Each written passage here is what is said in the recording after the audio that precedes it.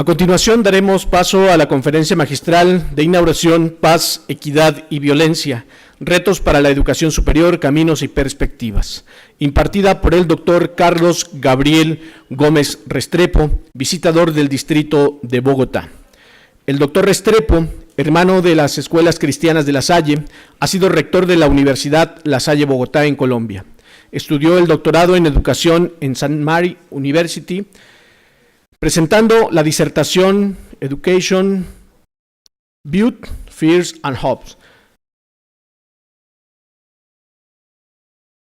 Estudió el máster en estudios políticos en la Pontificia Universidad Javeriana en Bogotá, Colombia, con el trabajo de tesis Educación y Política.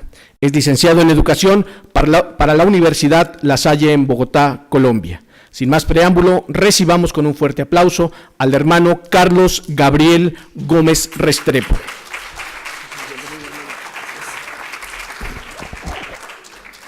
Muy buenos días para todas y todos. Un saludo muy especial a la maestra Rocío, rectora de la Universidad La Salle de Oaxaca, y qué gusto poderme encontrar entre maestros. Soy maestro, he sido maestro toda mi vida. Así que pues lo que voy a tratar de hacer en el día de hoy, en esta conferencia magistral, como le decía ayer a la rectora, es hablar más de lo que he vivido que de lo que he leído. Y creo que eso nos ayuda a entendernos cuántas cosas se pueden hacer en la educación. Pero obviamente voy a hablar sobre violencia y voy a hablar sobre paz.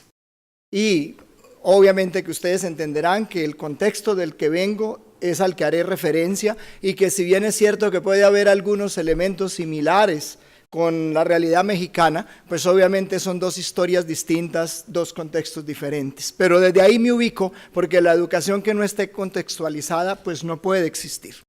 Así que voy a hablar de todos esos tipos de cosas y sobre todo de cómo se puede trabajar temas de paz en medio de escenarios tan complejos como los que vivimos hoy en la América Latina y en nuestros países. Así que permítanme empezar citando al Papa Francisco, y lo cito por ser hoy un referente moral para el mundo. Más allá de que seamos o no seamos católicos o cristianos, Francisco se ha constituido hoy en un referente moral para el mundo por lo que está diciendo. Y está diciendo cosas que el mundo no quiere escuchar. Y entonces, por ejemplo, dice eso: ¿para qué preservar hoy un poder que será recordado por su incapacidad de intervenir cuando era urgente hacerlo? Y esa quisiera ser la primera idea que me gusta compartir. ¿Qué es la educación sino un poder? La educación es un poder. Y tenemos que ser conscientes, los maestros, de que tenemos un inmenso poder. Imagínense cada uno de ustedes en cada uno de sus lugares. Si todos los días tiene 30, 40, 100 o 200 chicos, chicas, jóvenes, eso es un poder inmenso. Y si no somos conscientes del poder que tenemos en nuestras manos, tampoco vamos a ser conscientes del impacto que podemos tener en los procesos educativos. Sin duda que lo dice Francisco clarísimo. ¿Para qué preservamos entonces ese poder? Si nos van a recordar, fue por la incapacidad de haber intervenido cuando teníamos que intervenir a tiempo.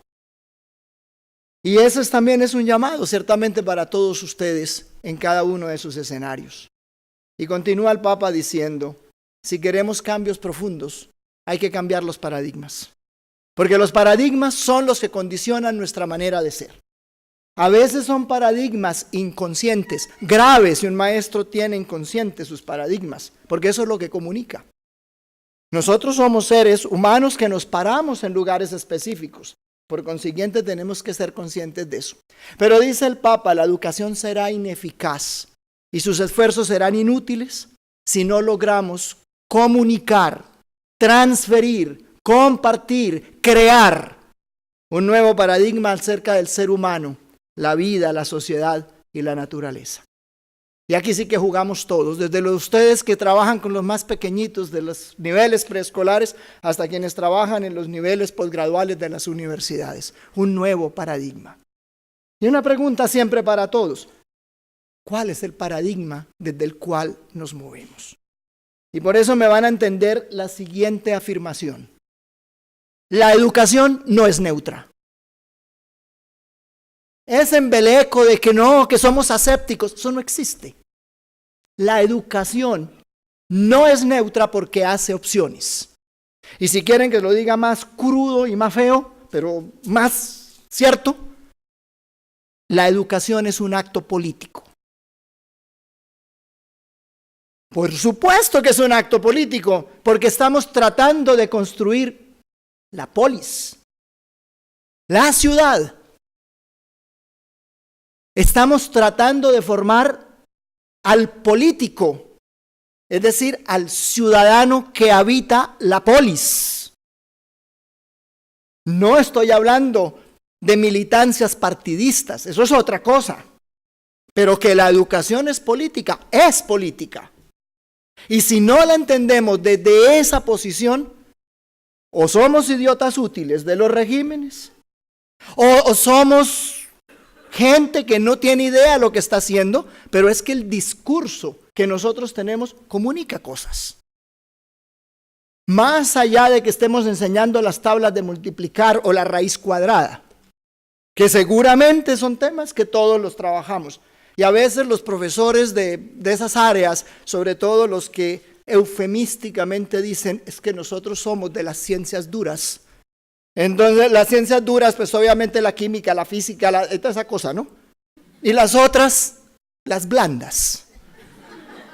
Hombre, por Dios, si es que en las blandas es cuando más podemos influir en lo político, pero eso no hace que se puedan lavar las manos los que trabajan la química, la física y todas esas cosas. Porque eso también implica un posicionamiento. La educación no es neutra.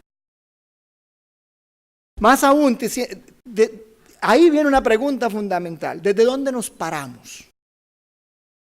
Y esa es una pregunta para cada uno de ustedes. ¿Dónde se sitúa cuando es protagonista, junto con sus estudiantes, del proceso educativo? Del acto educativo. ¿Dónde se para usted? Y entonces uno tiene que entender que siempre la educación tiene un lugar social. No solamente un lugar geográfico. Claro, estamos en Oaxaca, pero me han dicho que aquí hay gente que viene desde el norte de Chihuahua, pasando por el centro del país hasta el sur. No estoy hablando necesariamente del lugar geográfico, aunque también, sino de cuál lugar social usted se ubica.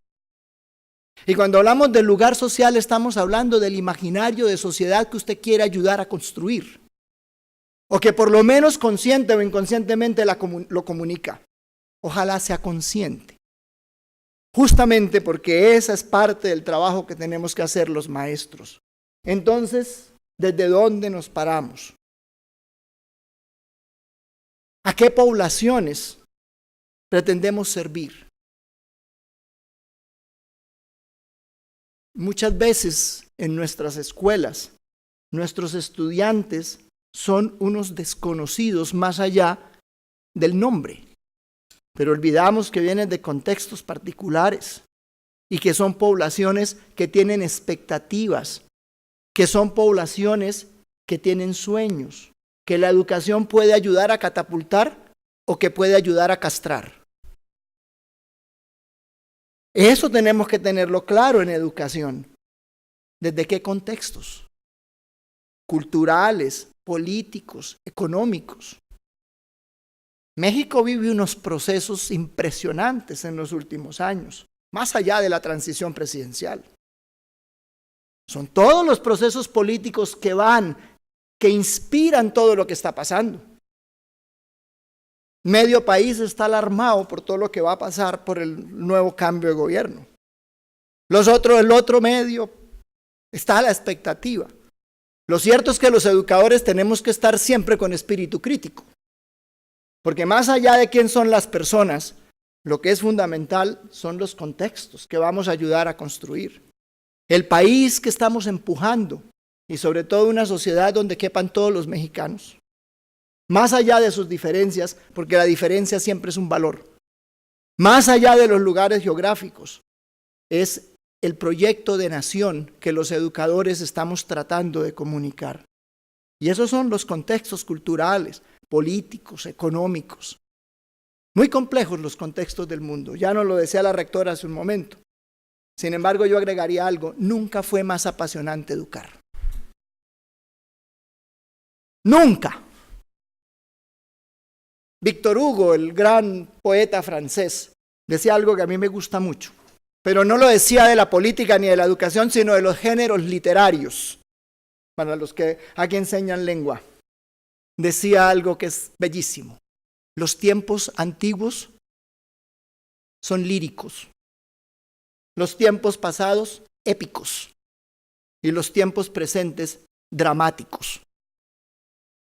Y yo creo eso. Siempre los tiempos presentes son dramáticos. Nosotros a veces creemos que era más dramático es lo de ahora que lo de antes, seguramente, pero yo a veces pienso si nos hubiera tocado vivir en el siglo XVII. Dramático. Pero cuando uno hace poesía, pues le parece que eso es lírico. Siempre dramáticos, pero nunca más apasionantes. Porque curiosamente, aunque una de las profesiones que le habían decretado la muerte hace unos 20 años, era la de los maestros. ¿Ya para qué? Si el computador y el internet lo van a hacer mejor. Y vea qué curioso, que con computador y no sé qué, cada vez es más insustituible el trabajo del maestro. Sí, cambiaron las condiciones. Ya no somos dispensadores del conocimiento. De hecho, la educación ya no se centra en la enseñanza, sino en el aprendizaje. Pero ahí jugamos un papel fundamental, justamente por eso que estamos diciendo.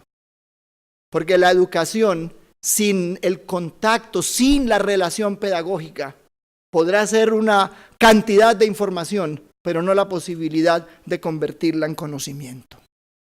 La educación no es neutra porque nosotros tenemos modelos pedagógicos y modelos educativos. Y hay que ponerle siempre un cuestionamiento a eso. A mí me llama mucho la atención cuando los profes van a hacer sus maestrías. Después de un semestre, ahora soy constructivista. Han leído todo Vygotsky y toda esa cosa. Y lee uno los idearios de las escuelas y dice uno, ay Dios mío. Ayer venía al aeropuerto, liceo no sé qué, multivarial latinoamericano. Y esa cosa, ¿con qué se comerá? ¿Cuáles son los modelos? Y eso sí que es importante, porque el modelo pedagógico es el vehículo en el cual estamos montando el proceso educativo. Y hay que ser conscientes de eso. Ese es el llamado que les estoy haciendo. Por eso digo, no es neutro. Porque no todo vale en educación. Pero lo importante es que independientemente de lo que hagamos, justamente tenemos que ser conscientes de todo eso. Y finalmente no es neutra porque hay aproximaciones histórico-políticas que influyen en los procesos educativos. Ahora voy a hablar más adelante de paz, pero por decir una cosa. Cuando ustedes enseñan historia, ¿cuál historia enseñan? Pues esa es una pregunta gruesa. No, yo enseño la historia mexicana. Ah, ¿desde dónde? ¿Desde quién cuenta las cosas? Porque la historia tampoco es neutra, y menos la interpretación de la historia. Ahí busqué una imagen obviamente que cuando uno mira todo eso inmediatamente evoca la Revolución Mexicana, ¿no? ¿Desde dónde se cuenta? Esa es una pregunta para ustedes, yo no tengo por qué responderla. Pero obviamente que la Revolución Mexicana se puede contar desde la óptica de las mujeres. Se puede contar desde la óptica de los vencidos. Se puede contar desde la óptica de los campesinos. Pero también se puede contar desde la óptica de los porfiristas. ¿Desde dónde? Muy importante en educación. ¿Se acuerda que les dije que la educación es un poder, no? Claro que es un poder. Bueno, pero vamos hablando de violencia, paz y todo eso, ¿no? Esto es como por decirles que estamos en sociedades violentas. La mía, tremenda, ha disminuido mucho, pero seguimos teniendo una tasa de violencia de 25 muertos por 100.000 habitantes año. Sí, hay otros que están peor. Pero eso no resuelve el problema. Lo cierto es que nuestras sociedades son violentas. Hoy en la prensa que leí aquí de Oaxaca se habla sobre cómo ha aumentado en México la violencia contra las mujeres. Un tema sensible en muchos lugares. Pero digamos que en ese palmarés uno no quisiera estar, ¿no? Quisiéramos estar donde los temas de violencia realmente hayan sido resueltos. Pero esa es la violencia que se puede contar. Digo contar numéricamente, tantos muertos. Pero la escuela está inserta en un contexto violento. Muchas veces la violencia está afuera, pero también está dentro. Y no pocas veces la educación per se es violenta.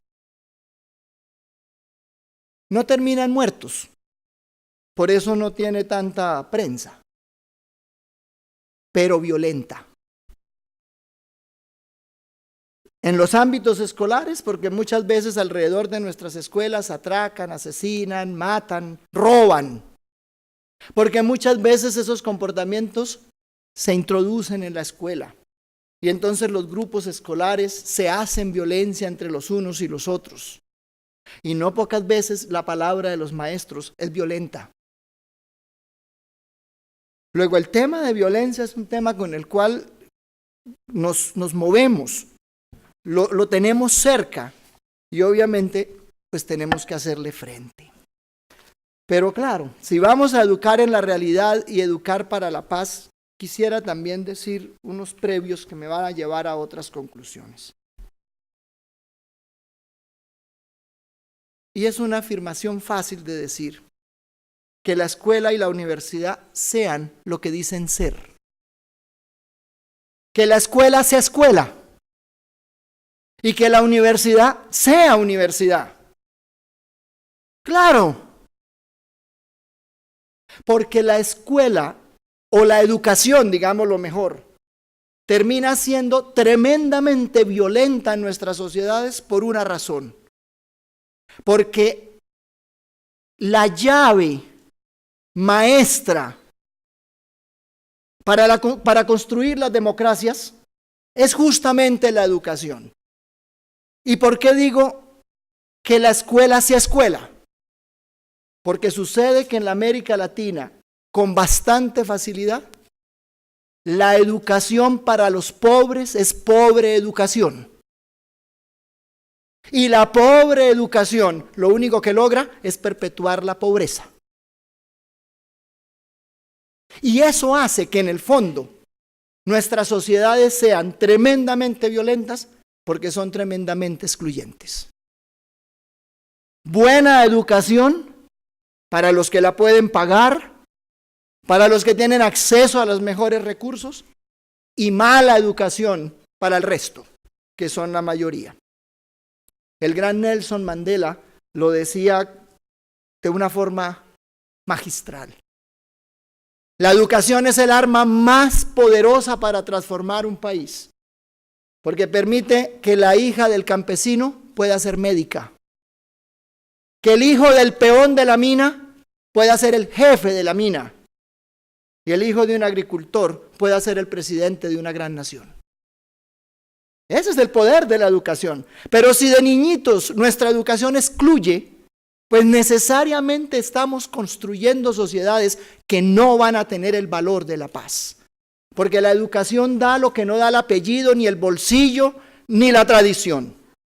Y es que el talento se pierde con mala educación. Y obviamente la educación es la que catapulta a las personas para tener las competencias de, obviamente, lograr las oportunidades sociales. Y en eso México es parecido a toda América Latina. Miren ustedes en los exámenes, si los tienen, en las pruebas que hacen, cómo puntúan los niños de la educación privada de élite y cómo puntúan los niños de nuestras escuelas rurales. Por lo menos en mi país, la educación rural es un desastre. De entrada, le cerró la puerta a todos. Y después nos dolemos los colombianos de que muchos se enlistaron en las guerrillas, que otros cuantos en los grupos paramilitares e ilegales, y que tuvimos una guerra que en los últimos 50 años dejó 300,000 muertos y 7 millones de desplazados. Ese es el poder de la educación. El día que nuestros gobiernos entiendan que la educación realmente es importante, el día que la sociedad lo entienda, que la educación es importante, y algo más grave, el día que los maestros lo entendamos, ese día sabemos lo que tenemos que hacer. Porque cada quien le bota la pelota al otro. Es del gobierno. No. No, es que la sociedad. No. Es que los maestros no sirven. Y en esos se nos va el tiempo y los niños siguen perdiendo oportunidades. Que la escuela sea escuela. Y a la escuela se va, obviamente, a soñar, no a dormir. En la escuela es donde se pueden fraguar los sueños, los horizontes y obviamente la idea de México que tenemos para el futuro. Pero hay que dar las herramientas, que la escuela sea escuela. Y una escuela, ya ustedes saben, que tiene que enseñar a aprender. Obviamente el manejo de todas las tecnologías. Tiene que aprender los niños a investigar. Tienen que aprender a compartir, a construir el conocimiento. Tiene que generar valores como los de la solidaridad. Y obviamente tiene que despertar los sueños. Que la escuela sea escuela y que la universidad sea universidad. Son parecidas, pero no es lo mismo.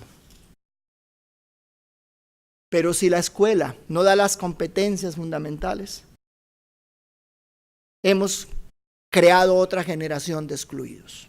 En mi país, uno va con los niños de 15, 16 años, hace un simple ejercicio de matemáticas. Cuentan con los dedos. Cercenados para todo proyecto que tuviera que ver con imaginarios. Porque la educación tiene que haberle dado a los niños más o menos de 9, 10, 11 años la capacidad del pensamiento abstracto. Y si no se logra ahí, no se logra nunca.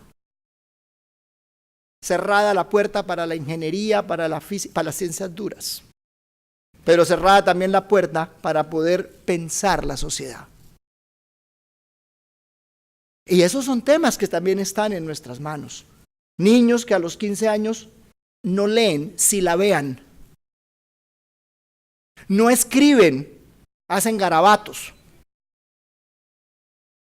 No hilan dos ideas. No tienen capacidad argumentativa. Ese es el trabajo de la educación. Bueno, porque obviamente aquí nos estamos asomando a otro momento de la historia. Y es el momento de la historia que hablan algunos de la cuarta ola, como utilizando los temas de Alvin Toffler, que hablaba de la primera, que era la revolución agrícola, la segunda, que era la revolución industrial, la tercera, la del conocimiento, y obviamente estamos hoy en todo el tema de la ciberfísica, de la bioinformática. O sea, el mundo va por un lado y la escuela va por otro. Otra vez oí a alguien que lo decía de manera gráfica. Les tengo una buena noticia. Nuestra escuela utiliza los mejores métodos del siglo XX, pero se mueve aceleradamente hacia los del siglo XIX. Entonces, a veces nos pasa con la educación. El mundo va para una cosa, todos esos temas de bioinformática, de ciberfísica, de minería de datos, de big data, todo eso que estamos escuchando, tiene que pasar por la escuela. Pero a veces nosotros también estamos como lejos de todo eso, ¿no? Como si viviéramos en otro planeta. Obviamente que no es para que la escuela haga todo eso. Nosotros no tenemos que resolver todos los problemas. Pero lo que sí tiene que dar la escuela es capacidad de pensamiento crítico. La escuela tiene que dar capacidad de aprender. La escuela tiene que dar curiosidad para indagar. Eso sí lo tiene que dar la escuela. Que eso ayudará para que todas esas cosas tengan un sentido distinto. Claro, que la universidad y las escuelas sean lo que dicen ser.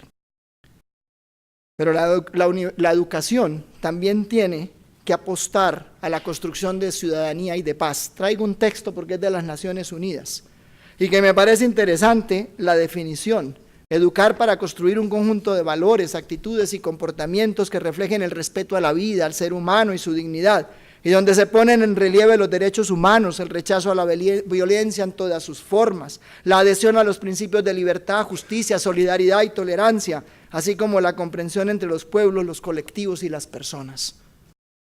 La semilla de muchas cosas de esas está en la escuela. ¿Cómo resolvemos conflictos?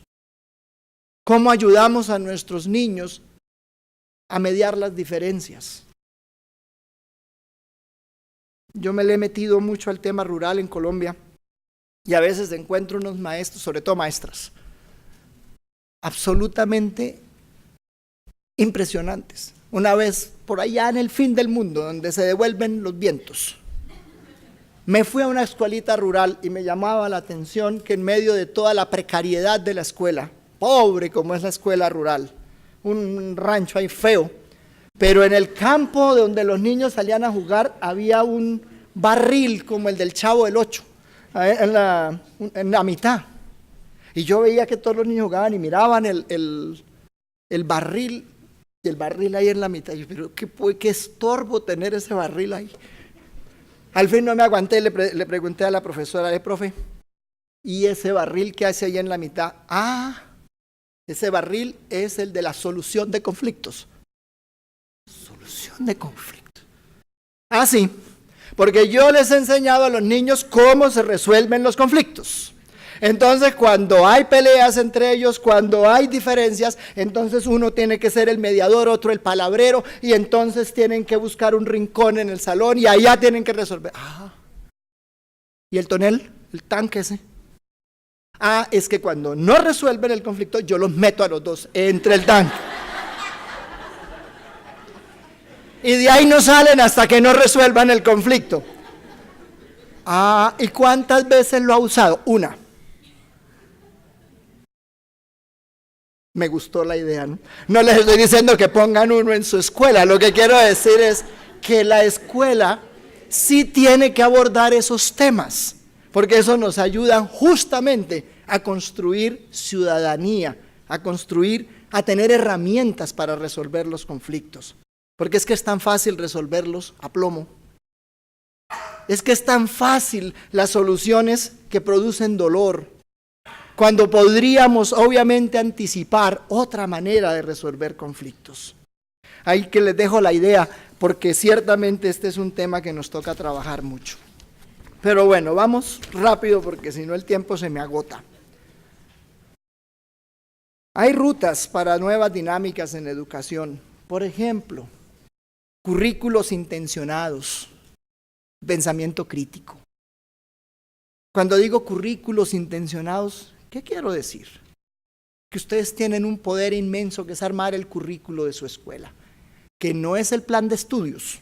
Además, el plan de estudios es fundamental, aquí se enseña sociales y lengua y lo que sea. Es intencionado. Esas son las preguntas que un maestro tiene que hacer. ¿Y cuál es la intención de la geografía? ¿Y cuál es la intención de la historia? ¿Y cuál es la intención de la biología?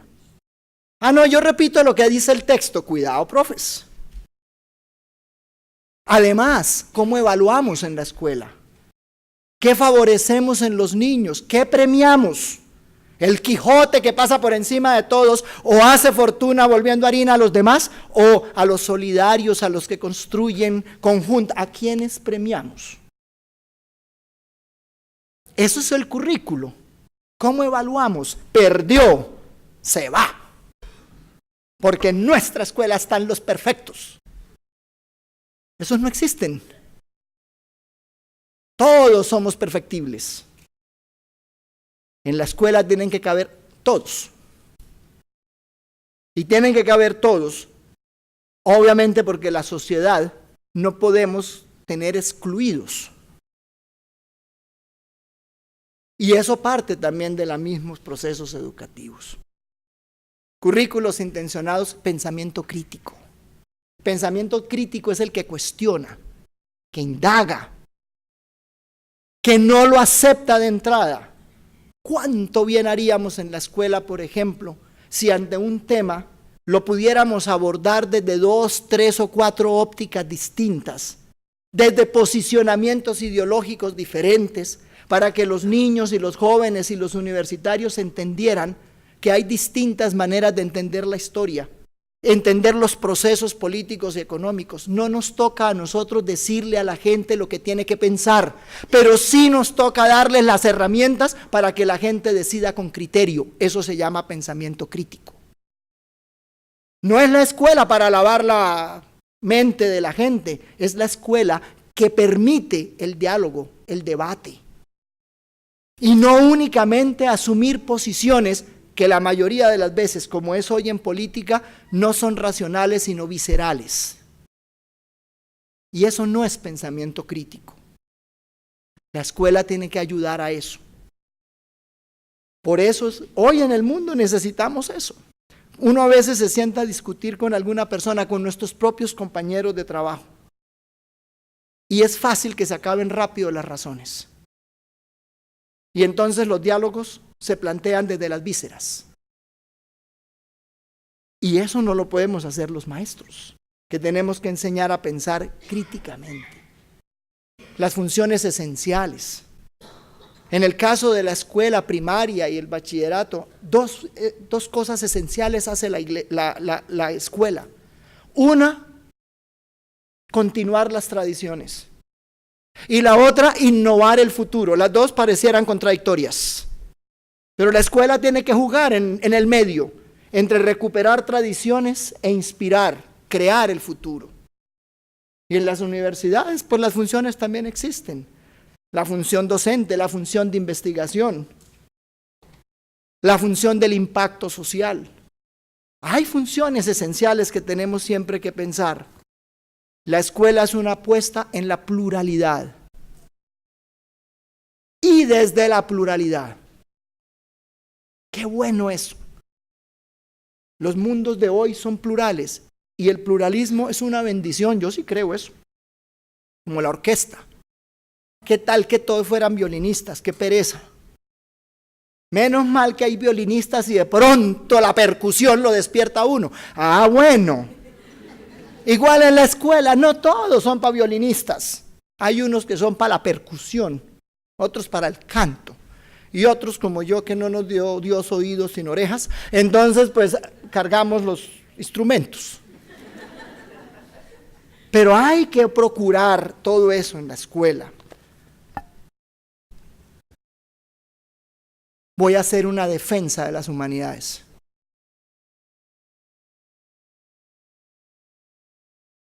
Estamos desterrando las humanidades de la escuela. Ay, ¿para qué estudiar sociales? Ay, qué pereza la poesía. Hombre, por Dios. En defensa de las humanidades, Martha Nussbaum, quizás la filósofa viva más importante de este momento, profesora de la Universidad de Chicago, ha escrito mucho sobre la universidad americana. Y su planteamiento central es ese.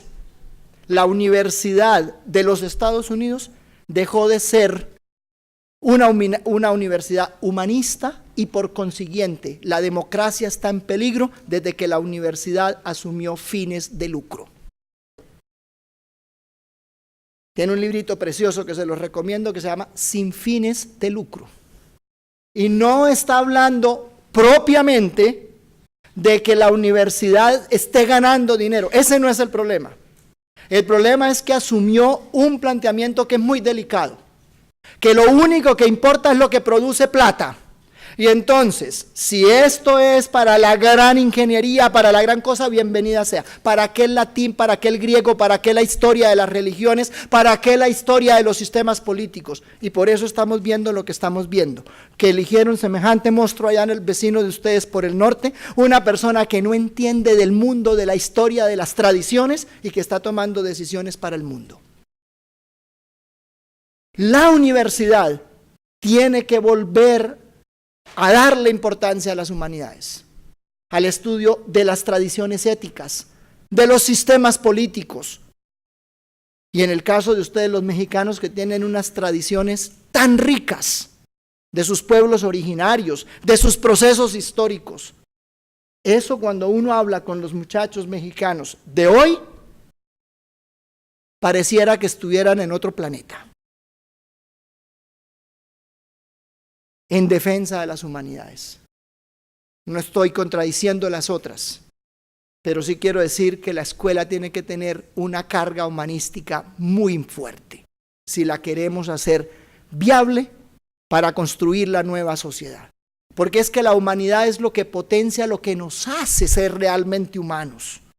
En estos días cuando oía la noticia de que Turquía le dio a Sofía nacionalidad. Sofía es un robot. Le dieron nacionalidad turca a Sofía y la llevaron a Arabia y le dieron nacionalidad en Arabia, donde no le permiten a las mujeres manejar carro, ni descubrirse la cara, bueno, todas esas cosas que tienen ellos, pero Sofía es ciudadana árabe. Hay que trabajar el tema de las humanidades, porque a ese paso le vamos a dar ciudadanía con derechos a los robots y se los quitamos a los seres humanos de carne y hueso. Así que hay que trabajar esos temas, obvio. Y finalmente trabajar otro tema que es fundamental. Lo único cierto en este mundo es la incertidumbre. Pero ahí es donde las humanidades tienen un valor fundamental, porque le ayudan a la gente a un tema clave, que es darle sentido a la vida. Y la educación tiene que trabajar el sentido. Bueno, voy rápido porque se me acaba el tiempo. El currículo, más allá del plan de estudios.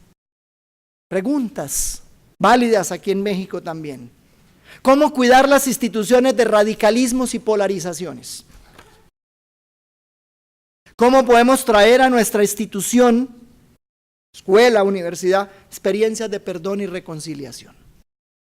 Estamos creciendo en unos mundos donde los odios pareciera que se entronizan como los elementos esenciales. Y yo siento, igual que mi sociedad, que la sociedad europea, los Estados Unidos, un México muy polarizado, que ve el mundo en blanco y negro. Y eso es muy peligroso para las sociedades. ¿Cómo cuidamos que la escuela no se radicalice ni se polarice? Pues hay muchas responsabilidades de la escuela. Una, los temas de verdad, de comprensión y búsqueda de reconciliación. Poder entender el contrario. Poder entender que los demás pueden pensar distinto a mí, podemos seguir siendo amigos. Que podemos tener militancias políticas diferentes y poder preservar el diálogo. Y que más allá de las militancias hay la posibilidad de construir juntos un sueño del México para todos. Y eso tiene que ver mucho con el trabajo de la escuela para la construcción de paz. Más preguntas. ¿Cómo formamos ciudadanos para el desarrollo humano integral y sustentable? ¿Cómo aportamos conocimiento al desarrollo del país profundo y marginalizado? ¿Cómo trabajar con impacto real por la equidad y la paz? ¿Qué presencia tienen, por ejemplo, en nuestras escuelas el México excluido? El México sin oportunidades. El México que vive seguramente en los cinturones de miseria o que vive en la ruralidad mexicana, no sé dónde estén. Pero ¿qué presencia tiene más allá de una estadística? Claro, tenemos que trabajar por el valor social compartido, por la transferencia social y el país real. Siempre me ayuda mucho Mafalda a decir más cosas de las que yo puedo decir.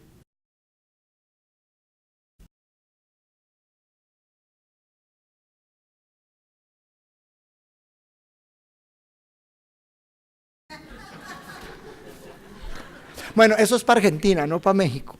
Bueno. ¿Qué más? ¿Qué demanda de nuevo conocimiento plantea la construcción de sociedad? ¿Qué aporte dan nuestras comunidades, nuestros proyectos educativos a la construcción de la casa común? Todo el tema ecológico. ¿Cómo nos unimos al camino a la civilidad, a la paz, a la equidad? Temas gruesos. Mire que eso es más importante de cuántas horas de geografía vamos a enseñar. ¿Qué tal que los maestros nos hiciéramos esas preguntas cuando armamos el plan de estudios y el currículo de una escuela? Empezarían a cambiar nuestros procesos educativos. Obvio, hay la responsabilidad de que la escuela tiene que ser pertinente, pero les voy a decir una cosa que me gusta más. A mí me aburre el discurso de la pertinencia. ¿Saben por qué? Porque creo que la universidad y la escuela, en vez de pertinente, tiene que ser impertinente.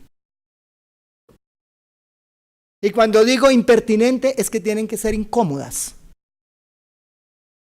Incómodas no para los que estamos en la escuela. La universidad tiene que ser impertinente.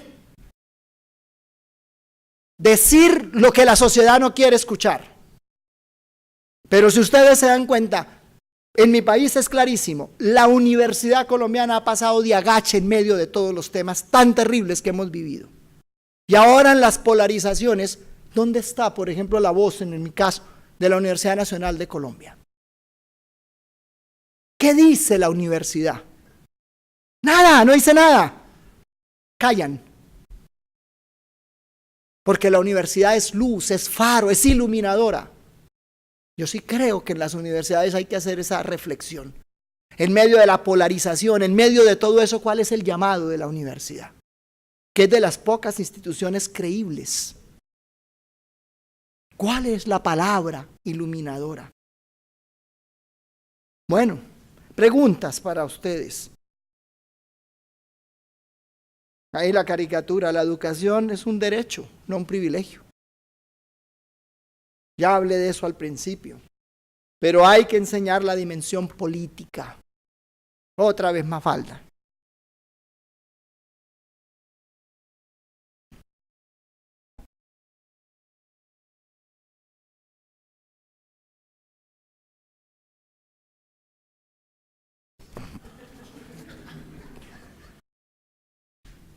También la política es tema de la educación.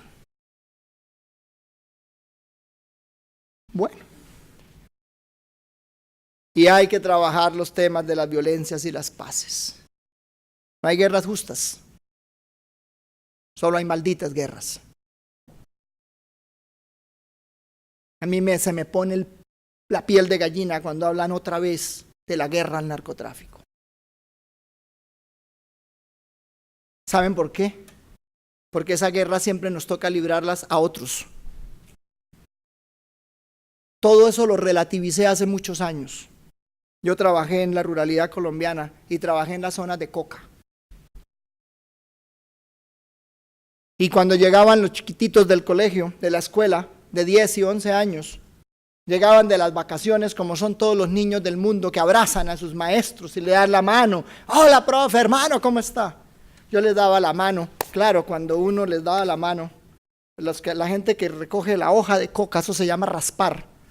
Raspar las plantas es quitarle las hojas. Y claro, ese látex que produce la hoja de coca les pone las manos como papel de lija. Entonces cuando uno saluda a la gente sabe lo que estuvieron haciendo. Y yo me acuerdo que les decía, ¿usted qué hizo en vacaciones? Dígame qué hizo. Hermano, raspar. ¿Y para qué hace eso? Hermano, ¿y con qué compro los cuadernos del colegio? Cuando uno oye eso dice, ¿guerra a quién? ¿A los campesinos? ¿Que el único producto que les pagan bien es la coca? Y que lo único que están dispuestos los países que la consumen, que se chupan hasta el adobe de los ladrillos, ¿es eso? ¿Cuándo pagan con comercio justo lo que producen los campesinos, distinto a lo ilegal? ¿Guerra? ¿Guerra que favorece a quiénes? Es que así no funciona, no puede funcionar el mundo. Todas las guerras son malditas guerras. Así no se puede resolver ese problema. Llevan en mi país, desde los finales de los años 60, muertos y más muertos. Y cuando controlan en los otros lados el consumo o le dan un tratamiento distinto al meramente punitivo. Esos temas son gruesos y por eso en la educación hay que hablar de esas cosas. Hay que hablar de esas cosas. Porque a veces la paz son los intereses de unos y las guerras también de otros. Y finalmente, antes de ir concluyendo, hay un tema que tenemos que trabajar mucho y especialmente en la universidad. Todo esto que hoy llaman la posverdad, que es relativo o referido a circunstancias en que los hechos objetivos son menos importantes que las emociones y las creencias personales. Entre tantas veces se repite una mentira que termina siendo verdad. Basta leer los tweets del presidente Trump. Mentira tras mentira tras mentira que termina siendo verdad. Complejísimo, porque el mundo moderno ha institucionalizado la mentira. Y es impune.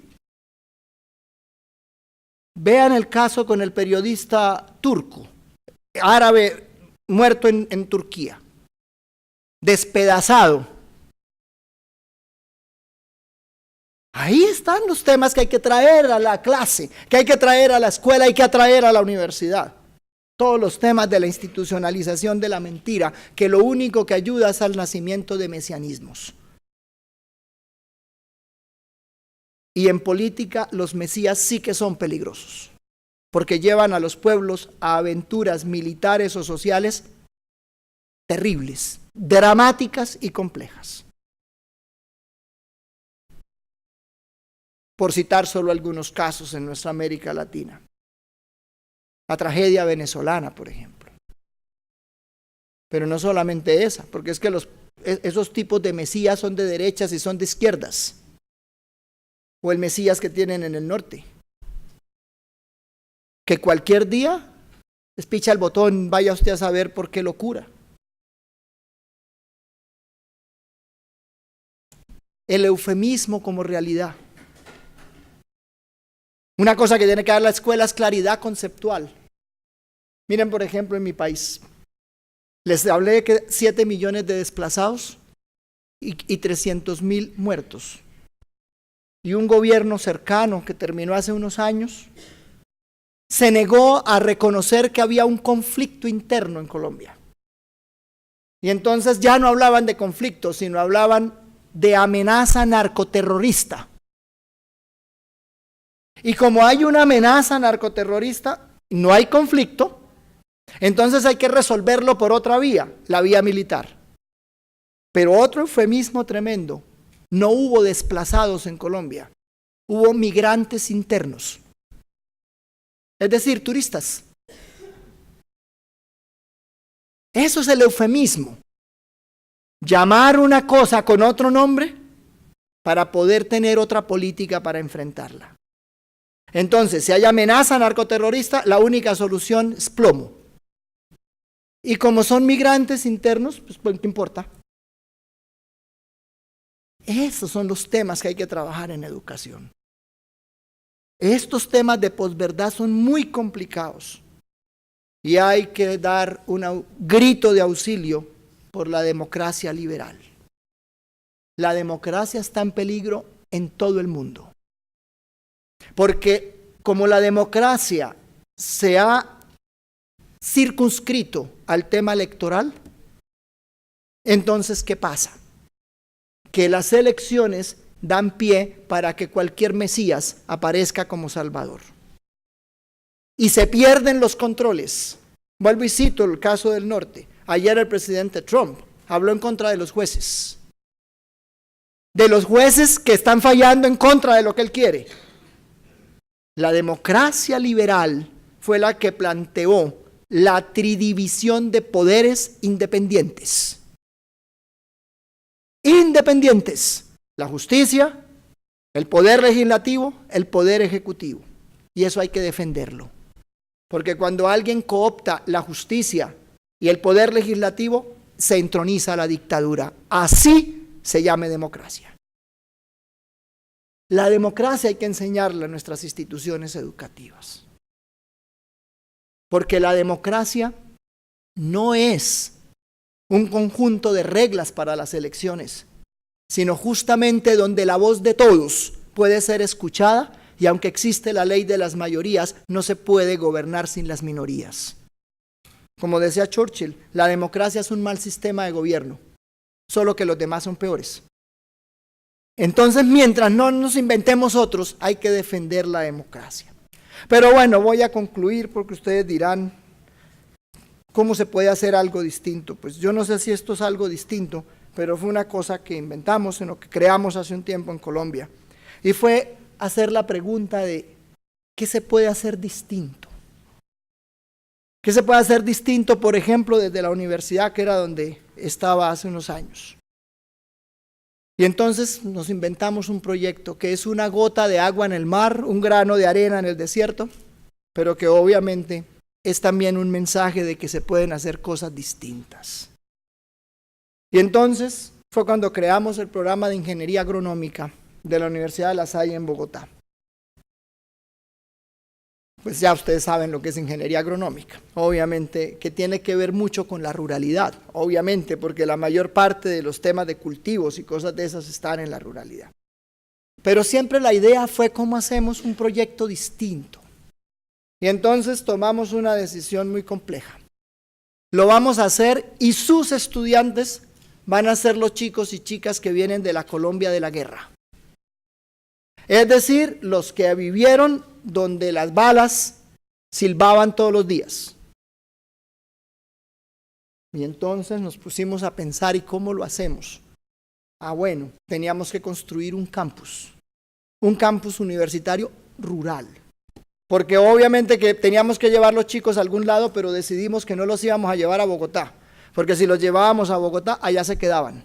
Entonces la idea era formarlos, pero devolverlos para que fueran protagonistas de sus procesos sociales. Y entonces eso significó cambiar todo. Uno, que teníamos que tener un campus rural. Dos, que no podía haber examen de admisión o aplicaciones, sino que en vez de que los chicos buscaran la universidad tenía que ir a buscarlos. Y así lo seguimos haciendo. Nos vamos a todos esos lugares de la Colombia profunda a buscar los estudiantes. Porque encuentra uno unos talentos impresionantes, pero con mala educación. Así que hay que darle también oportunidades a quienes son los hijos de lo único que había, la mala educación, pero que tienen ganas de salir adelante. Y entonces así hicimos el campus y creamos el programa de Ingeniería Agronómica, pero dijimos, no puede ser solo un programa de Ingeniería Agronómica, tiene que ser un laboratorio de paz. Si van a convivir, tienen que venir chicos de todos los pelambres políticos y los escenarios sociales. Unos de influencia de las FARC, otros de las influencias del ELN, otros de la influencia Paraca, otros de las influencias de no sé qué. Y juntos tenemos que ser capaces de construir un proyecto común. Entonces era un laboratorio de paz. Obvio, estoy hablando de chicos mayores de 18 años. Con historia. Y eso era un desafío enorme para montar el proyecto. Obvio, no podía ser solamente hacer los ingenieros, porque ingenieros es fácil hacer, sino que al tiempo que fueran ingenieros, pudieran trabajar en procesos de organización social, de liderazgo político, que tuvieran manejo de los grupos, porque siempre el sueño fue formarlos y regresarlos. Pero regresarlos con herramientas para poder trabajar los procesos de desarrollo humano, integral y sustentable. convertir el campus en un centro de investigación, transferencia y apropiación del conocimiento. No sé si aquí hay profesores universitarios, pero si hay, por favor, que no tengan huevos, porque me van a echar unos cuantos. Yo fui 9 años rector de la Universidad de La Salle. Tuve unas peleas. Porque los profesores universitarios a lo único que le ponen cuidado es a su propio ego. Y entonces se gasta un platal en investigación. En investigación que lo único que importa es que escriban un paper que no lee nadie para que publiquen en un journal que me da puntos e inflan el ego del maestro. Vaya usted desperdicio de dinero. Y entonces investigan sobre unas tonteras que uno dice, otra vez les dije, pues más útil que hagan una investigación que les voy a proponer, el papel, el impacto de la menopausia en el cultivo del arroz. Porque los maestros investigan una cantidad de cosas. Ya sé que algunos de ustedes me están diciendo, uy, es que usted es pragmático, pero claro que la investigación tiene que ser pragmática porque tiene que servir para algo. Que tiene que resolverle problemas a alguien, que tiene que ayudarle a la gente que no lee papers. Eso se llama apropiación social del conocimiento. ¿Para qué sirve el conocimiento si nadie se lo apropia? Investigación útil. Y aquí en este programa era, ¿qué es investigación útil? La que le sirve al pequeño productor para producir mejor, por ejemplo. Y eso hay que sabérselo decir, eso no es con papers. Yo les decía a los profesores de la universidad clarísimo, los únicos que leen sus papers son los correctores de estilo.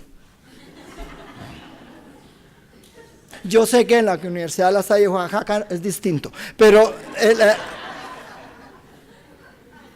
y usted publique y publique, y uno pasa por los anaqueles y son revistas vírgenes. Nadie lee eso. El ego se les infla. Y usted, cuando se encuentran dos académicos, siempre las dirán, ¿y tú dónde publicas? Con una suficiencia. Sí, porque es que a mí me citan Scopus. Todos esos temas de cienciometría, ¿no? Hipocresía académica. La investigación tiene que servir para algo. Eso fue todo un lío, pero valió la pena haberlo creado. Y es el fruto de lo que pretendíamos, emprendimiento rural, empresarización e impacto en el desarrollo rural territorial. Es decir, que eso sirva a alguien. Les vamos a mostrar un pequeño videito, con eso termino. Y obviamente pues para tener algunos minutos para poder dialogar.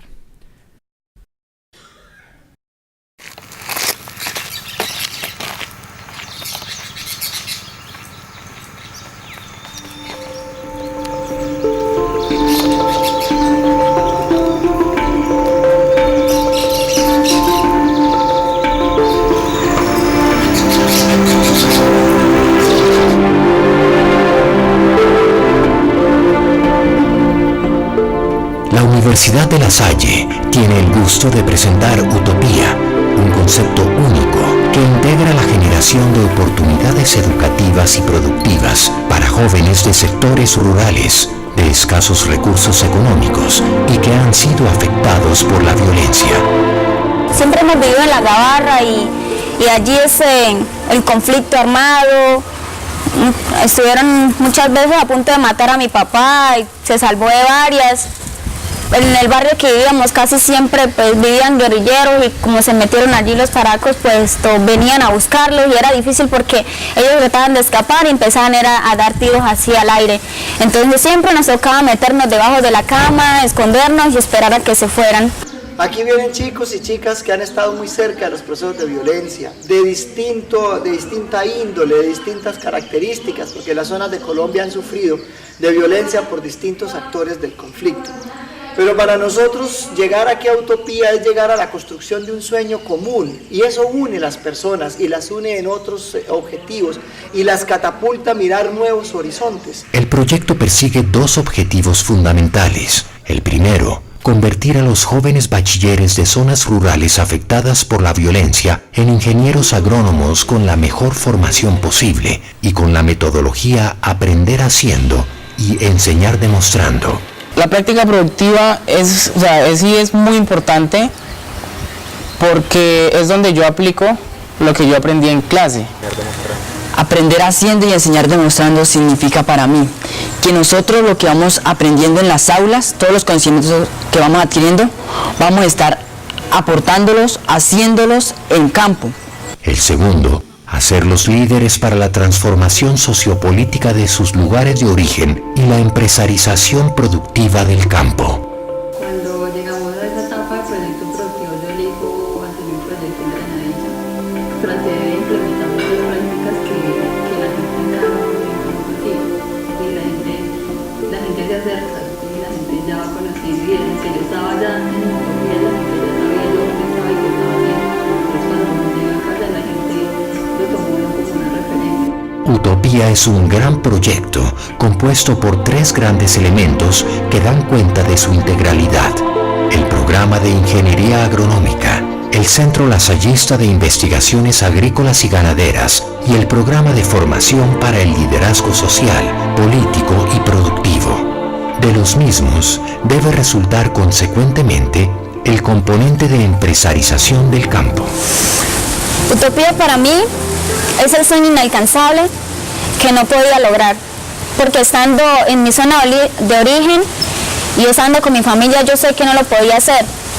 Y yo le decía a mi mamá: mami, ya voy a terminar 11, yo no me quiero quedar acá, yo quiero estudiar en una universidad.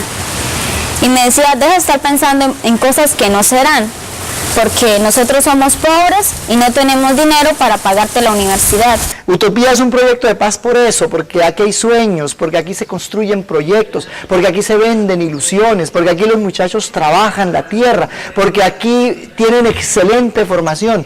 Y Utopía, al tener excelente formación, también le permite a uno ver el poder que tiene la educación en los procesos de reconciliación y de construcción de una nueva sociedad.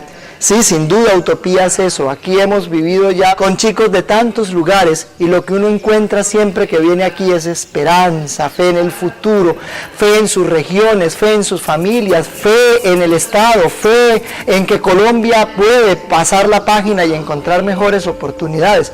Porque como decía Paulo VI, aquí lo hemos entendido perfectamente, la justicia es el nuevo nombre de la paz. Esta es nuestra utopía. Un parque agrotecnológico investigativo, educativo y social. Un concepto único, un espacio donde la novedad acontece, una propuesta para la reinvención de la Colombia agrícola y un lugar en el que todos aportamos a la construcción del país que nos merecemos. Utopía me ha parecido un lugar magnífico, un lugar que se llena uno de motivos para seguir adelante, un lugar donde se viven muchas experiencias, se comparte con nuevos amigos. Utopía es una oportunidad para invertir en la esperanza de un país en paz, generador de riqueza y que está llamado a convertirse en una despensa de alimentos para un mundo que muere de hambre. Va nuestro llamado esperanzado y fraternal a las empresas, al gobierno local y nacional, a los colombianos de buena voluntad, a que nos ayuden a mantener vivo el proyecto y aportar a la educación de las generaciones de jóvenes que pasarán por Utopía para ayudar a construir, al mismo tiempo, la utopía nacional. Siempre fuera así, que salieran, se capacitaran y vinieran al campo, a su vereda, a trabajar y a apoyar a la gente, que muchas veces se trabaja pues prácticamente con conocimiento, esa es una manera.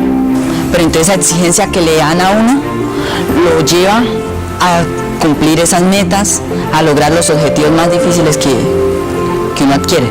Esta es mi carrera y yo digo que la agronomía es lo mío Y utopía para mí es el sueño que se hizo realidad, el sueño inalcanzable, el sueño en el cual, a pesar de las lágrimas, sudor y sangre que hemos derramado, es lo mejor del mundo.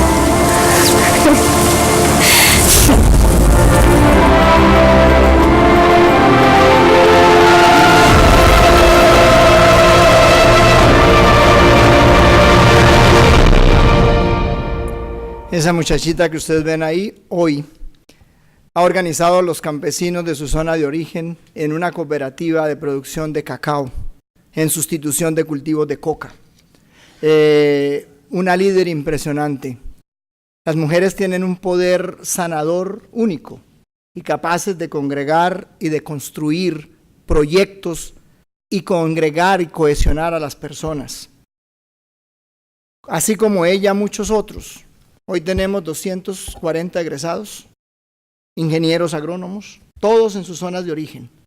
Unos trabajando en asistencia técnica, obviamente en asistencia técnica campesina, porque hablan dos lenguas, la de la ciencia y la de los campesinos, porque eso es muy importante para la transferencia de conocimiento. Hay varios que ya han empezado a incursionar en temas políticos, obviamente pensando en sus zonas donde la guerra se ensañó durante tantos años. Evidente que esto es una experiencia de tantísimas que los países y los pueblos tienen que encontrar. Pero a veces uno en la educación tiene que pensar que hay que dar el paso entre tanta cháchara a proyectos reales, a prototipos de que es posible hacer cosas distintas y que la educación superior siempre tendrá posibilidades de generar caminos y obviamente construir sueños.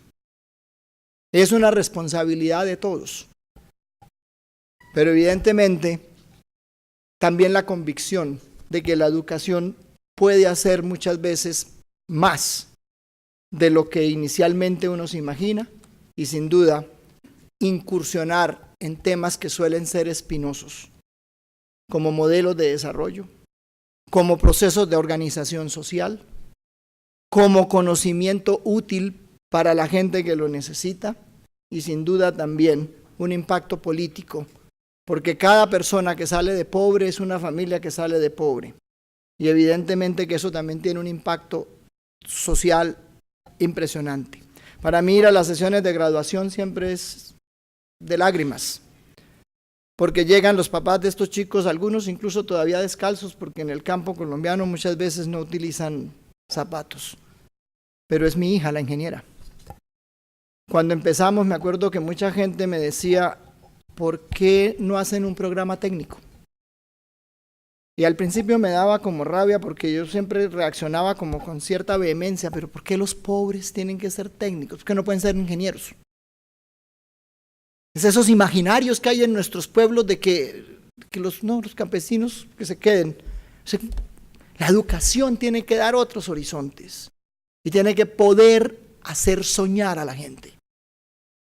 Porque una persona, esta frase no es mía, es de uno de ellos. Aquí aprendimos a mirar el futuro con esperanza y no anclar nuestra vida en el pasado con odios. Hoy estoy convencido de que la reconciliación es posible si media una oportunidad. Y lo que tienen que hacer nuestros procesos educativos es dar oportunidades. No solamente ayudar a soñar, sino encontrar las herramientas para poder realizar los sueños. Muchas gracias por su paciencia.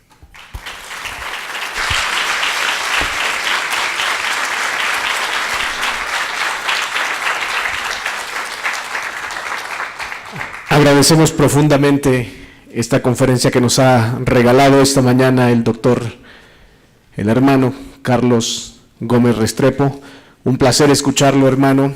Un gusto, nos ha dejado enseñanzas importantes y profundas que seguramente tenemos que reflexionar en estos días por venir.